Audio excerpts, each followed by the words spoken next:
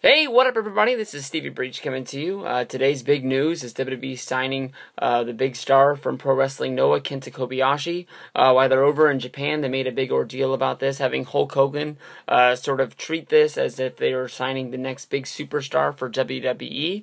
I really think that it's really cool that basically they're going over and signing him. A lot of people that I watch here on YouTube who watch a lot of the New Japan, Pro Wrestling Noah, Ring of Honor stuff, I've always treated this guy like he's a big deal. I've heard about his matches against Bryan Danielson and against Nigel McGuinness for a long time being some of the greatest matches of all time. I remember that when we were in Miami I apologize, when we were in Atlanta for WrestleMania 27, Ravi brought along some ROH DVDs for us to watch in our room. We never really got any time, but that was one of the guys that he really wanted to show me was Nigel McGuinness and Kenta Kobayashi. I think that the big ordeal they're making out of this is probably the biggest sort of splash for a superstar that they've signed since Sin Cara. Where Sin Cara was signed over in Mexico, and they treated it like he was going to be a big deal. Honestly, from the videos they showed us, sort of showing him bouncing around the ring, and Jim Ross talking about how big of a deal this was going to be for WWE, and having all the newspaper clippings that they showed us, I really thought that Sin Cara was going to be a guy that was going to be holding the World Heavyweight Championship within a year. We all saw Sin Cara come into WWE, and he made a lot of mistakes. We saw Triple H as the head of talent relations and signing people.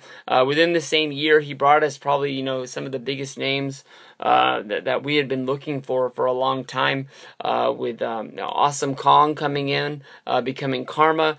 She had some of her own problems where she asked for her release basically from WWE, and I think that she's finally got back to the point where she's wrestling, but she's not on the same pace she was when she came out of TNA and she was wrestling for other sort of independents.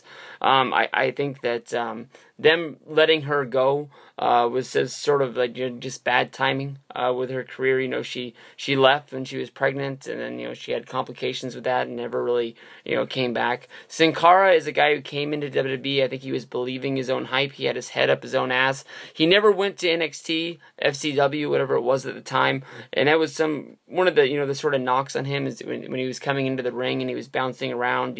He messed up a lot of spots, which basically led to a lot of people calling him Botch Cara, and he never was really able to find his own. He always seemed like he was a guy that they wanted to be special.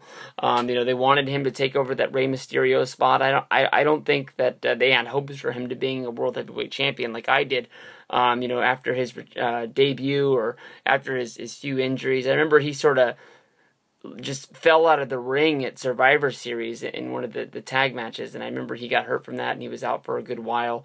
Everybody said that basically when he was in the back, he had sort of an appeal where he always thought he was better than everybody. Lance Storm tells a good story about him being backstage at a show, and he doesn't know if he met Sin Cara or not. There was just sort of a guy that sort of looked and had the feel of Sin Cara walking around backstage. He didn't have the mask on, but he just sort of had his nose up in the air, sort of like he was looking down upon everybody that was out there. I think that it's cool that Kenta has said that even though he is sort of a great talent that could come in and really do a whole lot of things, he is going to be going to NXT and working out there. He's going to be relocating down to Orlando and going to the Performance Center. I think that doing that, he's going to be able to get used to the WWE style of ring, the WWE style of work, and see what they're going to do. I know that a lot of people are really thinking that this could be one of the best things in the world, but bringing up Awesome Kong and sort of bringing up Sin Cara, there are flops when you bring people in, and I think even when you bring in sort of talents from the past, you can think of Taka Michinoku, a guy that was brought in that was supposed to sort of transform and sort of win over the whole cruiserweight division when they first started that, or was it the lightweight division? Whatever they were calling the title back in that point. He was the guy that they picked to be the first champion. He won the tournament, and then from there out, he just sort of wrestled matches on pay-per-view seemed like for years before he finally turned heel, joined Kenta, and nobody really cared about it. I mean, if it wasn't for the moment with them chopping off Val Venus's penis, I don't think that he would have one memorable moment in WWE. No, I can't think of a match that he had that ever really stood out. It never really connected. WWE's always been, sort of like the big guy. I can remember them sort of making a deal around 2005 when Okio came in, and he was supposed to be like this sort of Japanese sort of movie star. Who he would, I guess it wouldn't go on to become him, but it just sort of, he's the same guy.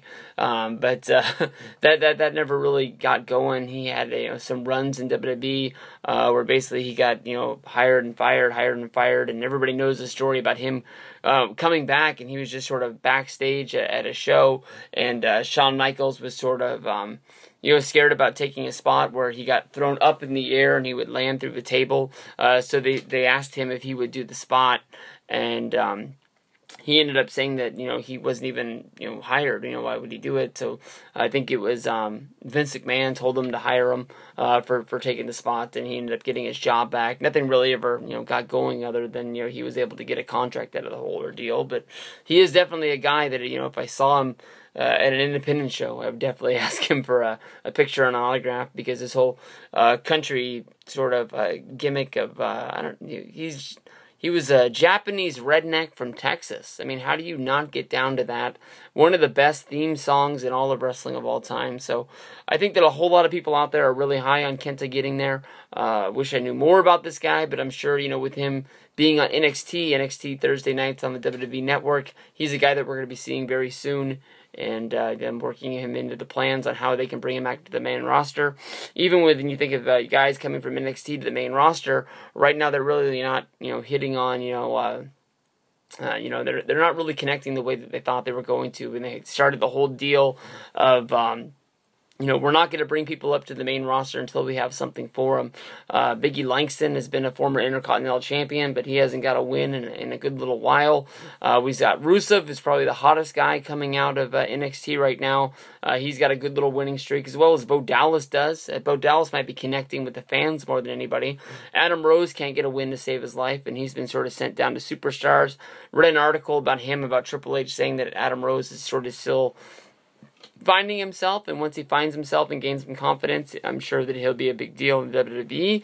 I'm not really sure about that, but who else is there? I mean, there's Xavier Woods, can't even stay on the roster. I saw him back down in NXT on the last show that I watched, and I don't know. It sort of seemed like they had a surefire plan of, when guys came up, they were going to be a big deal. And, for the last, I guess you can say 2 years, Cesaro went through there. Cesaro's sort of making his own, and it seems like he's going to be a big deal in WWE. But except for that, he's really the only guy that really stands out. So, that's going to be it for today. So, peace out. I'm going to finish up SummerSlam 1990, and we'll go from there. Peace out, everybody.